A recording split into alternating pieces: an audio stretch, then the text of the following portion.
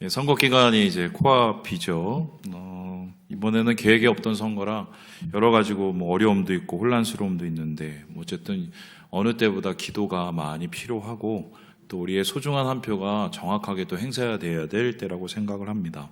뭐 매년 이때쯤 되면은 나타나는 여러 가지 이야기들이 있고 또 가짜 뉴스들과 또 여러 가지 우리를 혼란케 하는 것들이 있지만 기자들이나 혹은 여러 이 정치 평론가들이 뭐 선거 때마다 얘기하는 것이 있어요. 이제 그게 뭐냐면 바로 이건데요. 시대 정신입니다.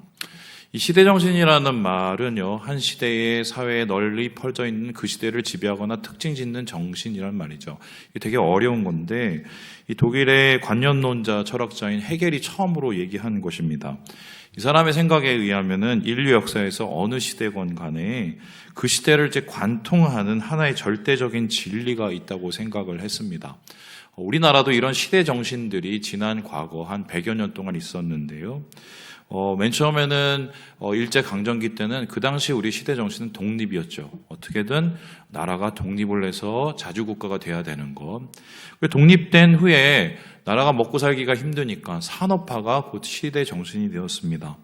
어느 정도 먹고 살게 되었었을 때 사람들은 우리의 자유를 생각을 하죠. 그러면서 민주화 시대가 왔고, 민주화 시대 이후에는 이제 선진국에 진입을 하려고 몇만 불 시대니 또 어떤 뭐 복지국가니 뭐 이런 얘기들이 나오기 시작했습니다. 최근에는 이 세계화가 고조가 되면서 불평등 해소가 많은 나라들의 시대 정신이 되었는데요. 자, 그렇다면은 한번 질문해 보겠습니다. 세상은 이렇게 돌아가는데 예수 믿는 사람의 현재는 어떤 시대 정신을 가지고 살아가야 될까? 우리의 시대를 관통하고 있는, 예수 믿는 사람의 시대를 관통하고 있는 가장 중요한 이 요지는 무엇일까라고 했었을 때, 오늘 베드로 사도는 4장 7절의 말씀을 통해서 그 시대 정신을 이렇게 이야기를 하고 있습니다. 우리 같이 한번 읽어보도록 하죠. 4장 7절입니다. 시작. 만물의 마지막이 가까이 왔으니 그러므로 너희는 정신을 차리고 근신하여 기도하라. 이 시대 정신 때문에 우리는 정신을 차려야 된다, 근신해야 된다. 그러니까 정신 똑바로 차리기 위해서 기도를 해야 된다고 합니다. 그렇다면은 베드로가 말하는 그리스도인의 시대 정신은 무엇일까? 만물이 지금 어디라고요? 마지막이라는 겁니다. 이러한 시대 정신, 지금 살고 있는 것이 마지막 때라는 시대 정신을 가리켜서 종말 신앙 혹은 재림 신앙이라고 얘기하는데, 사실 예수 믿는 사람들은 2000년 전이나 1000년 전도 똑같이 종말을 살고 있다는 이 시대 정신을 가지고 있습니다. 그렇다면은 이 베드로가 말하는 이 그리스도인의 시대 정신, 그 마지막 때라는 것은 구체적으로 무엇을 뜻할까요? 베드로에서 보면 이것을 세 가지로 정리를 하고 있는데, 이 첫 번째는 지금 세상이 끝나는 것, 세상의 멸망을 뜻합니다. 이 세상의 왕권, 이 세상의 질서, 이 세상에 가지고 있는 이 모든 체계들이, 가치들이 완전히 무너지는 때가 곧 다가온다라고 얘기를 하고 있습니다. 그 이유는 무엇이냐면 예수님께서 곧 다시 오시기 때문에 세상의 멸망과 종말이 구해진다고 얘기를 하고요. 그러면은 마지막 때 예수님이 다시 오시게 되면 어떻게 되는가? 하나님 나라, 곧 천국이 완성케 된다라고 이야기를 하고 있습니다. 그래서 예수 믿는 사람들은 오늘을 살아가면서 예수를 기다리고 천국을 갈망을 하고 이 시대가 끝날 것이라는 것을 항상 기억하고 살아야 된다. 그래서 기도해야 된다라고 얘기를 하는데, 그렇기 때문에 지금 1000년이 지나고 2000년이 지나면서 마지막 때는 점점 더 짙어지고 있습니다. 동틀녘이 가장 어두운 법이라고요. 새 것이 오기 위해서는 항상 헌 것들이 더 난리를 치기 마련인데요. 지금 예수 믿는 사람이 마지막 시대와 새 시대를 바라보면서 준비해야 될 그 시대 정신에서, 그렇다면은 우리는 어떤 생각을 가지고 살아야 될까라고 했었을 때, 예수님께서는 마태복음 24장 12절에 이 마지막 때에 대해서 이렇게 논평을 하고 있습니다. 같이 한번 읽어보도록 하죠. 시작. 불법이 성함으로 많은 사람의 사랑이 식어지리라. 불법이 성한다, 사랑이 식어진다라고 얘기합니다. 여기서 우리가 눈 깊게 찾아봐야 될 말이 불법이라는 단어인데요. 정확하게 표현하면 불법이 아니라 무법입니다. 그러니까 지금 이 시대는 어떤 시대냐? 마지막 시대는 무법천지의 시대다라고 예수님이 이야기를 하고 있습니다. 그럼 핍박도 있고 박해도 있고 유혹도 있고 시험이 있지만 무법이다, 법이 없다. 그럼 법이 없다는 것은 무슨 뜻일까요? 사실은 법이 없는 게 아니라 법이 너무 많은 거예요. 이게 무슨 소리냐? 법이라는 것은 일치되고 연합하고 사람들이 통일돼야 되는 것임에도 불구하고 말세로 가면은 모든 사람이 법의 주체가 됩니다. 그래서 내가 법의 중심이 돼서 내가 원하면 그게 법이 되는 사회, 그러니까 무질서해지죠, 엉망이 되지죠. 그런 사회 속에서 그러면 나타나는 대표적인 현상이 뭐냐? 예수님께서는 여기에 대해서 말씀하시기를 사랑이 끝난다라고 합니다. 사랑의 종말. 그러면 마지막 시대로 가면 갈수록 예수님이 오는 그날이 가면 갈수록 어떤 일이 일어났냐? 사랑이 끝나고 사라지는 세상이 온다라고 이야기를 하고 있습니다. 이러한 사랑의 종말은 사실은 지금 사랑의 제일 출발이어야 되는 가정에까지 미치고 있는데요. 이것을 나타내는 사건이 지난 4월 12일에 벌어진 아마 이 이야기가 아닐까 싶습니다. 동반 자살이 아니라 일가족 살해가 사건이 일어났습니다. 5명이 죽었는데 부모 2명, 그리고 아내, 그리고 10대 딸, 20대 딸이 죽었어요. 왜 죽었는지 살펴봤는데 맨 처음에 신고를 받기는 아무래도 집단 자살을 한 것 같다고 신고를 받았습니다. 그 신고한 사람이 누구냐? 바로 아버지였어요. 아빠. 그래서 그 남편을 찾아서 갔더니 나중에 여러 가지의 진술이 어긋나게 되고 여러 살펴봤을 때 결국은 이 남편이 모든 사람들을, 모든 가족을 죽인 것으로 판명이 났습니다. 어떻게 죽였느냐?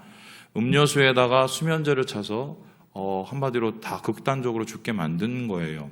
그런데 이 사건을 살펴보다가 한 사람이 좀 의아해한 게 뭐냐면 보통 이런 경우는 극단적인 선택을 같이 하는 경우가 많거든요. 그런데 이 남편은 어떻게 했냐면은 자기의 가족들을 다 그렇게 살해하고 나서는 한 250km 떨어진 곳으로 차를 몰고 도주를 합니다. 그리고 거기에서 아무것도 아닌 것처럼 전화를 했어요. 그리고 더 흥미로운 게 뭐냐면 이 사람이 왜 죽였는지 나중에 밝혔는데 그 이유가 뭐냐면 자기가 이 전세나 혹은 뭐 아파트 공급 때문에 사업을 하다가 망했는데 이 부채를 감당하지 못하고 이 부채를 가족에게 다 지울 것 같아서 차라리 죽는 게 나을 것 같아서 그렇게 했다는 것입니다. 그러면 이 앞뒤가 안 맞는 얘기죠. 불법이 아니라 무법입니다. 자기가 스스로 법이 되어서 자기식의 생각과 자기식의 모든 행동을 하게 되는데 이런 것을 통해서 가장 사랑의 중심이 되어야 될 가정조차도 깨어지고 있는 현실이 바로 오늘 우리가 살고 있는 불법의 시대, 사랑 종말의 시대라고 이야기를 할 수가 있겠습니다. 이러한 사랑의 종말의 시대, 마지막 시대를 살아갈 때 그러면 이 시대 정신에 맞춰서는 시대 강령이라는 게 있습니다. 시대 정신에 맞춘 행동이 있는데 그 행동을 어떻게 해야 될까라고 했었을 때 베드로 사도는 4장 8절 후반부에 이렇게 우리에게 이야기를 하고 있습니다. 우리 같이 한번 읽어볼까요? 시작. 무엇보다도 뜨겁게 서로 사랑할지니. 사랑의 종말의 시대를 살고 있는 마지막 시대 속에서는 무엇보다도 사랑이 필요하는데 그 사랑을 어떻게 해야 된다고요? 뜨겁게 하라고 이야기를 합니다.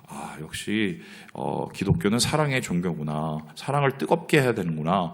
그런데 여기서 말하는 뜨겁다는 단어를 우리가 좀 더 주의 깊게 보아야 될 필요가 있는데요. 이 단어는 다음에서 보시지 에크테네스라는 단어입니다. 이 단어는 그냥 단순히 뜨거운 게 아니라 결연하다, 열망하다, 진심이 어리다라는 것입니다. 더구나 이 단어는 현재 분사형으로 쓰였기 때문에 지속적으로 사랑을 하라는 뜻입니다. 그렇다면 에크테네스처럼 사랑을 하라는 뜻은 어떤 것이냐? 단순히 지금 막 뜨겁게 사랑했다가 내일은 식은 그런 사랑이 아니라 버티는 사랑이에요. 세상이 종말에 오고 사랑이 사라지고 실종되는 상황 속에서도 내가 하나님의 사랑을 하려고 지켜내려고 버티는 게 에크테네스의 사랑이게 되는데요. 이 에크테네스의 사랑을 위해서는 우리가 하기 위해서는 어떤 것을 해야 됩니까? 이 사랑을 꺼트리고 사랑을 위협하는 여러 도전으로부터 하나님이 말씀하시는 그 사랑을 지켜내야 된다. 이것이 바로 베드로가 말하는 오늘 마지막 시대의 시대 강령이라고 이야기를 할 수가 있겠습니다. 그렇다면은 우리 오늘은 이것을 살펴보려고 하는데, 그러면은 이 사랑을 지켜내는 뜨겁게 사랑하는 것을 구체적으로 우리는 어떻게 행동을 해야 될까? 여기에 대해서 베드로는 오늘 말씀에서 세 가지의 사랑을 제시하고 있는데요. 우리 함께 살펴보도록 할까요? 같이 한번 읽어보겠습니다. 시작! 서로 감싸주는 사랑. 베드로는 마지막 시대를 살아가는 우리가 뜨겁게 끝까지 버티는 사랑을 하기 위해서는 먼저 감싸줘야 한다고 얘기를 하고 있는데요. 우리 함께 4장 8절 후반부 말씀을 같이 한번 읽어보도록 합니다. 시작! 사랑은 허다한 죄를 덮느니라. 뜨거운 사랑, 결연한 사랑, 지속적인 사랑의 최초의 이야기는 허다한 죄를 덮는 사랑이 되어야 된다고 이야기를 하고 있습니다. 말 그대로 내 안에, 내 주위에 있는 모든 사람으로부터 받았던 잘못이나 여러 가지 상처들을 그냥 캐내고 지적하고 비난하는 게 아니라 덮어내고 그 덮어냄을 통해서 일치를 이루어 가야 된다는 것입니다. 여러분, 이게 말은 쉽지 사실 우리가 우리에게 남겨진 누군가의 상처를 지워내는 것, 덜어내는 것은 상당히 어렵습니다. 특별히 가족 내에서 이런 일이 일어나면 더욱 어렵습니다. 왜냐하면 그것은 대부분 그런 상처는 지속적이었던 것이 많기 때문입니다. 그렇다면 질문을 해봅니다. 나는 옛날에 이렇게 상처를 받았고 지금도 나는 거기에 대해서도 제대로 사과를 받지 못한 것 같은데 당연히 사랑은 해야 되겠지만 이렇게 내가 손해보면서까지 죄를 덮고 시시비비를 가리지 않고 이렇게 사랑할 필요가 있을까? 하나님은 왜 이렇게까지 하라고 하실까? 이런 질문을 하게 되는 거죠. 그런데 여기에 대해서 하나님께서는 사람 얘기를 하는 게 아니라 우리 자신과 하나님 얘기를 하시는데요. 우리 함께 히브리서 8장 12절 말씀을 같이 한번 읽어보도록 하겠습니다. 시작! 내가 그들의 불의를 긍휼히 여기고 그들의 죄를 다시 기억하지 아니하리라 하셨느니라. 우리는 하나님께 항상 기도하기를 하나님 잘못했습니다. 용서해 주세요. 그리고 하나님 앞에서 새롭게 하나님과 관계를 하기를 출발하고 있습니다. 그런데 우리가 그렇게 죄를 지고 사죄를 하고 용서를 구해도 흥미로운 것은 다시 그 죄를 짓고 또 그 죄를 사해 주기를 원한다는 것입니다. 하나님은 그렇게 크신 분이라 넓은 분이라 우리를 매일매일 용서하실 수 있는 분이라고 생각을 합니다. 그리고는 우리 주위에 있는 누군가의 잘못이나 실수, 이만한 것이 오게 되면 그것을 크게 확대 해석을 해서 내 마음속에 담아두게 되죠. 거기에 대해서 하나님께서는 무엇이라고 얘기하냐? 받은 대로 주라고 얘기합니다. 너희들이 은혜로 사함을 받고 너희의 용서를 덮어줬으니 똑같이 주변에 있는 사람들의 용서와 잘못을 덮어줘야 된다고 얘기를 합니다. 목사님, 그래도 참 뭔가 마음이 불편합니다. 이렇게 얘기할 수가 있어요. 그렇다면 제가 한번 질문을 해보겠습니다. 여러분, 잘못을 지적하고 어떤 실수를 비난을 할 때 여러분 그 이유가 무엇입니까? 저도 저희 아내하고 진짜 많이 싸웠거든요. 이 남자하고 여자하고 싸우면 보통 누가 이기는 줄 아십니까? 기억력이 좋은 사람이 이깁니다. 그래서 옛날에 그때 어떻게 네가 했고 며칠 날 뭘 했고 예전에는 제가 기억력이 훨씬 좋았기 때문에 저희 아내하고 싸우면 이겼습니다. 그런데 어느 순간 이게 역전이 돼갖고 최근에는 저희 아내가 다 이기고 있습니다. 이유를 몰랐는데 아내가 적기 시작했더라고요. 여러분, 근데 비난하고 지적을 하는 이유를 한번 생각을 해보세요. 왜 이거 합니까? 이기려고? 이기면은 행복한가요? 이기면 행복하세요? 이기려고 그러는 게 아니에요. 좀 알아달라는 거예요. 잘해보자는 거예요. 우리가 누군가의 실수를 지적을 하고 그리고 우리 가족의 문제들을 비난하는 이유는 내가 이겨서 내가 최고라고 하기 위해서 그런 게 아닙니다. 잘해보려고 그러는 거예요. 하나님께서 모든 것에서 불구하고 베드로를 통해서 죄를 일단 덮는 게 사랑이라고 얘기하시는 것은 가정을 잘하게 하려고 하시는 겁니다. 용서는 이기려고 하는 게 아니라 잘해보려고 하는 거예요. 이 잘해보려고 하는 용서가 있어야 사랑이 이루어지고 화평이 이루어지게 되는데 오늘날의 이 무법천지의 세상에는 잘하려고 하는 사람은 많은데 진짜 잘하는 사람은 별로 없는 것 같아요. 오늘 예수님께서는 베드로를 통해서 이 마지막 시대 사랑 종말의 시대를 변화시킬 수 있는 뜨거운 사랑, 변치 않는 사랑을 감싸주는 사랑이라고 처음 이야기하고 있습니다. 그렇다면은 두 번째로 베드로가 말하는 이 마지막 시대의 시대 정신인 뜨거운 사랑은 무엇일까요? 우리 같이 한번 읽어보도록 하겠습니다. 시작! 서로 대접하는 사랑. 감사줄 뿐 아니라 서로 대접을 하라고 말씀을 하고 있는데요. 9절의 말씀을 같이 한번 읽어보도록 하겠습니다. 시작!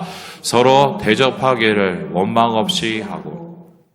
베드로를 통해서 마지막 시대에 사는 이 시대 강령인 사랑을 특별히 대접하는 사랑이라고 얘기합니다. 이 대접하다는 말을 좀 더 살펴본다면 이 단어는 필로스 크세노스입니다. 이게 어떤 뜻이냐? 필로스는 사랑이라는 뜻이고요. 크세노스는 외국인, 이방인이라는 뜻입니다. 그래서 이 단어는 어떨 때 사용하냐면 나그네가 우리 집에 찾아와서 먹을 것과 숙소를 요구할 때 그것을 제공하는 배려와 친절을 의미합니다. 이게 왜 이러냐? 지금은 어느 지역을 갔을 때 호텔도 있고 모텔도 있고 뭐 여러 가지 우리가 묵을 수 있는 장치들이 있지만 그 당시에는 여관이라는 게 거의 없었어요. 예수님도 아시겠지만 묵을 곳이 없어서 마구간에서 태어나지 않으셨습니까?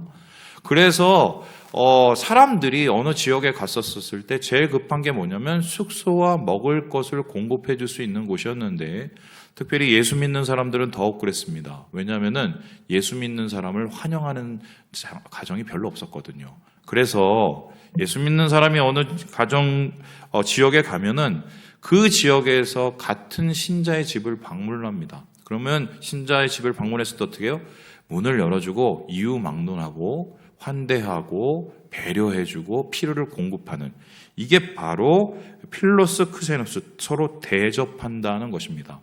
지금은 우리가 호텔도 있고 여러 숙소가 있기 때문에 이렇게 대접을 우리의 집에 모셔놓고 할 필요는 없습니다. 그런데 중요한 것은 이 정신은 그대로 남아 있습니다. 예수 믿는 사람, 예수 믿는 가정에는 서로를 환대하고 배려하는 것이 여전히 필요하다는 것입니다. 왜냐하면은 우리 모두는 사실은 알고 보면 다 부족한 사람들이기 때문이에요. 오늘 장로님께서 나오셔서 사죄를 막 하시고 내가 부족하다고 얘기하시고 뭔데 저는 뭐가 부족한지는 잘 모르겠으나 따지고 보시면 우리 장로님도 부족하기 시작하면 권사님도 부족하신 분이에요. 다 부족한 사람이에요. 그래서 우리가 어떻게 하면 서로가 서로를 배려하고 환대하지 않으면 이 세상 속에서 우리가 힘을 내고 공급받을 곳이 없게 됩니다. 그래서 예수님께서는 특별히 작은 자에 대한 환대와 배려를 하듯이 우리 가족 간에도 이런 일이 일어나길 원하는데요. 이러기 위해서는 우리가 꼭 넘어야 되는 도전들이 있습니다. 그게 뭔지 아세요? 원망이에요. 이 원망이라는 말이 뭡니까? 이거의 원어는요, 쑥덕거리다, 속삭이다라는 겁니다. 이런 거죠. 내가 너를 환대해주고 배려해줬어요. 그게 아내일 수도 있어요. 그게 우리의 자녀나 부모들도 있어요. 그러면은 우리는 뭘 생각합니까? 내가 줬으면 받는 게 있을 거라고 생각합니다. give and take죠. 근데 세상 속에서는 제가 경험한 바로 일을 주고 일을 받아도 사람들은 불평을 합니다. 왠지 아세요? 내가 준 게 훨씬 커 보이거든요. 그래서 우리는요, 이런 원망과 쑥덕거림은 아예 포기를 해야 돼요. 왜냐하면은 이거는 해야 하기 때문에 하나님이 원해서 하는 것이지 받기 위해서 하는 것이 아니기 때문입니다.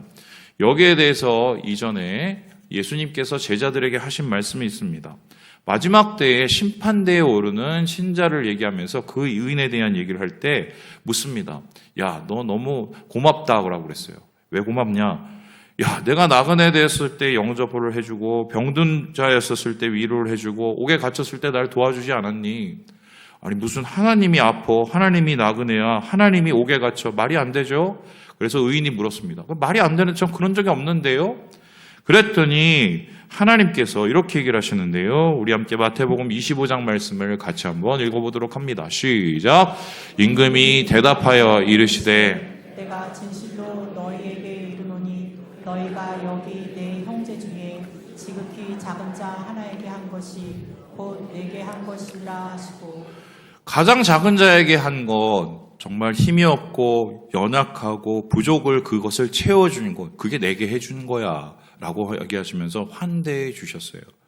우리가 누군가를 환대하고 배려하고 그의 필요를 채워주면 하나님이 마지막 때에 우리를 그렇게 환대해 주신다고 이 말씀을 통해서 전하고 있는 것입니다.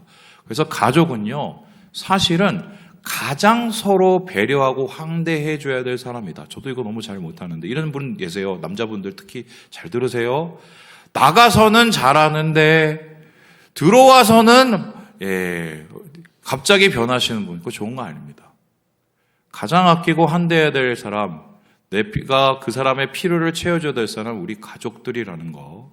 그래서 그 사랑의 시작이 바로 거기서부터 시작이 돼야 된다는 것을 오늘은 베드로는 우리에게 이야기하고 있습니다. 그렇다면 마지막으로 베드로가 말하는 뜨거운 사랑, 이 시대의 강령은 무엇일까요? 우리 같이 한번 읽어보겠습니다. 시작.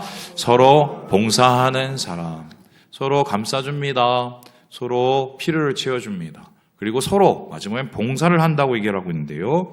우리 10절 말씀을 같이 한번 읽어보도록 하겠습니다. 시작. 각각 은사를 받은 대로 하나님의 여러 가지 은혜를 맡은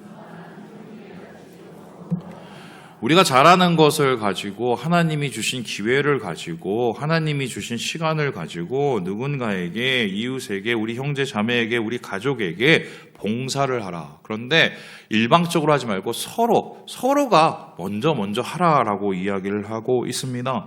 이 봉사라는 단어는요, 집사라는 말하고 똑같은 어원입니다. 한마디로 누군가를 섬기는 것이고요. 특별히 초대교회 때 봉사라는 말은 뭐하고 관련이 되냐면요, 식사를 시중하는 것과 똑같습니다. 심지어는 누구의 발을 씻겨주는 것하고 똑같습니다. 그래서 예수님께서는 제자들에게 마지막 밤을 보내주시면서 봉사가 뭔지 직접 보여주셨죠. 뭘 하셨습니까? 발을 씻어줬습니다. 이거는 종이나 하는 짓을 예수님께서는 직접 해주셨습니다. 그래서 제자들은 맨 처음에 거부했습니다. 그랬더니 예수님 말씀하셨죠. 그러면 너희들은 나하고 아무 상관이 없어. 그러면서 한 명 한 명 발을, 그 때 묻은 발을 다 씻겨줬습니다. 그리고 예수님께서 뭐라고 그러셨습니까? 너희도 서로 발을 씻겨주라고 얘기합니다. 그렇다면은 내가 누군가를 섬긴다는 것은 그 사람의 가장 연약하고 부족한 부분을 감싸줄 뿐만 아니라 그것을 나의 사랑으로 채워주는 것을 의미해요. 우리가 보통 집안에서 힘들고 어려우면 제일 먼저 욕하고 제일 먼저 비난하는 게 우리의 남편, 우리의 아내일 가능성이 많습니다. 제가 저희 아내들에게 좀 제발 부탁드립니다. 남편들 밖에서 진짜 힘들거든요. 집에 오면 정말 닦아 세우지 좀 않았으면 좋겠습니다. 할렐루야. 주님 안에서 봉사해 주세요. 예수님처럼 발을 씻겨주시고, 그러한 모습을 통해서 어떤 일이 일어납니까? 내가 발을 씻겨주면 그들도 서로 발을 씻겨주게 되는 거예요. 예수님께서는 이러한 모습 통해서 진짜 사랑이 이루어지길 원하는데, 목사님 제가 그렇게 하려고 하는데요, 이게 한계가 있어요. 어떤 한계입니까? 지치죠. 봉사를 하고 누구 발 씻다 보면 지치기 시작을 합니다. 그래서 베드로는 뒤에 이어서 이렇게 얘기를 하는데요. 우리 함께 11절의 말씀을 같이 한번 읽어보도록 하겠습니다. 시작. 만일 누가 말하려면 하나님의 말씀을 하는 것 같이 하고, 누가 봉사하려면 하나님이 공급하시는 힘으로 하는 것 같이 하라. 이는 범사에 예수 그리스도로 말미암아 하나님이 영광을 받으시게 하려 함이니 그에게 영광과 권능이 세세에 무궁하도록 있느니라. 네가 누군가를 위해서 발을 씻겨주고 그의 마음을 감싸주고 필요를 채워주는 것이 하다 보면 힘들 때가 있어요. 분명히 어렵죠. 주님께서 우리가 그걸 너무 잘 아시죠. 그런데 중요한 것은 하나님이 말씀하시는 것, 하나님이 공급하시는 것처럼 하라라고 말하는 게 이게 뭐냐면요, 우리가 하나님을 대신해서 그 사람을 위해서 그렇게 행동하는 거예요. 그러면 내가 누군가에게 대접하고 봉사하고 감싸는 것은 내가 그 사람을 하나님이 되는 거예요. 사랑을 나누는 그곳에 하나님이 계시도록 초청하는 것입니다. 그래서 이러한 모습을 통해서 어떤 일이 일어나냐? 하나님이 영광을 받으신대요. 영광이 뭡니까? 나를 통해서 하나님이 나타나서 하나님이 찬송을 받으시는 그것이 바로 이 뜨거운 사랑을 통해서 이루어진다라고 이야기를 하고 있습니다. 제가 말씀을 마치면서 부끄러운 얘기를 하나 해보려고 합니다. 이번에 제가 이제 중국에 갔었을 때 선교사님하고 이제 밥을 먹다가 갑자기 선교사님이 저한테 사진을 하나 보여주셨습니다. 보여주실까요? 이 사진이었습니다. 예, 저를 보지 마시고 옆에 있는 두 이게 언제적 사진이냐면 2017년 여름이었습니다. 이때 이제 선교사님이 들어오셔갖고 저하고 같이 이제 인천 어디서 식사를 하시면서 그때 애들을 데리고 갔거든요. 그랬더니 사진을 이렇게 찍어서 가지고 계시더라고요. 아시는 것처럼 이제 애들이 저 모습이 아니죠. 이 모습을 보면서 그때 참 이렇게 이뻤다고 애들 막 이런 얘기 칭찬을 막 해주시는 거예요. 그래서 그랬던 것 같다고. 근데 그 밤에요, 제가 꿈을 꿨습니다. 어떤 꿈을 꿨냐?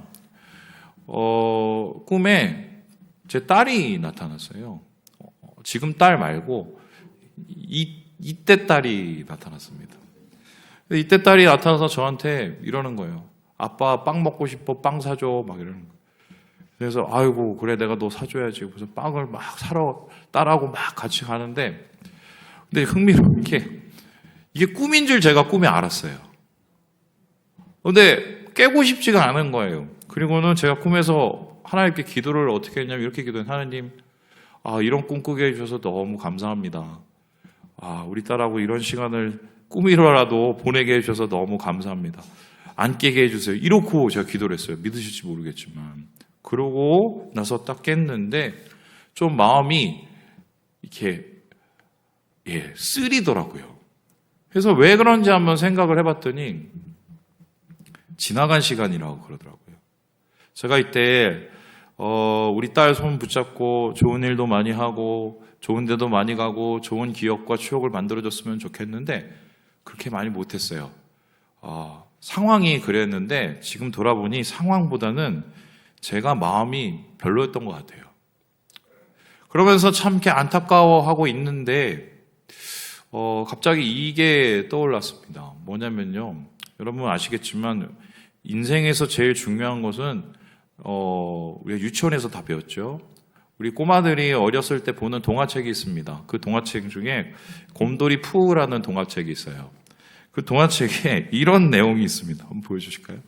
Yesterday is history, tomorrow is a mystery, but today is a gift. That's why we call it the present. 이게 뭐냐면 어제는 역사이고 내일은 알 수 없고 그러나 오늘은 선물이다. 그래서 현재는 선물이라고 이야기한다. 이게 뭐냐면 여러분 프리센트라는 단어와 프레젠트라는 단어는 스펠링이 똑같아요. 그런데 어떻게 강조를 해서 읽냐에 따라서 그게 현재라는 말도 되고 선물이라는 말도 됩니다. 그래서 사람들은 이야기를 어떻게 하느냐? 현재는 선물이다.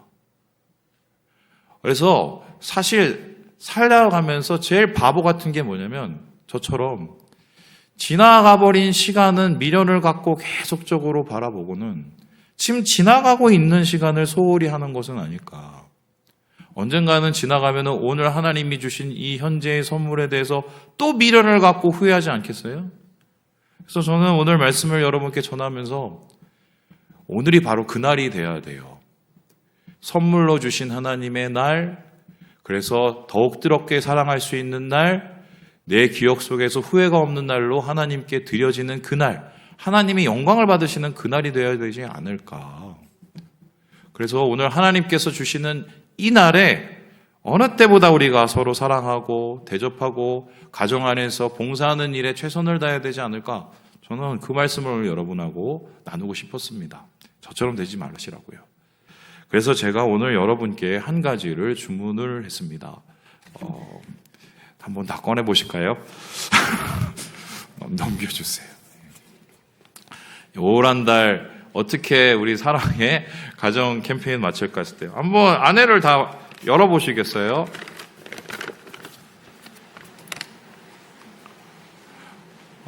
여기 돈 들어있는데요. 혹시 돈 있으신 분 손 들어보세요. 예, 제가 안 넣어놨습니다. 비어 있어요. 앞에 뭐라고 써놨죠? 현재는 여러분이 어떻게 하시냐에 따라서 여러분의 가정에 이 현재가 선물일 수도 있고 악몽이 될 수도 있습니다. 오늘 숙제, 집에 가셔서 여기를 채우셔서 누구에게 전달합니까? 남편은 아내에게, 아내는 남편에게, 자녀는 부모님에게, 부모님은 자녀에게 전하셔서 오늘이 그날이 되는, 기억에 남을 가장 중요한 날이 되는 우리 사랑하는 우리 모든 형제 자매들 되시길 주님의 이름으로 축원합니다.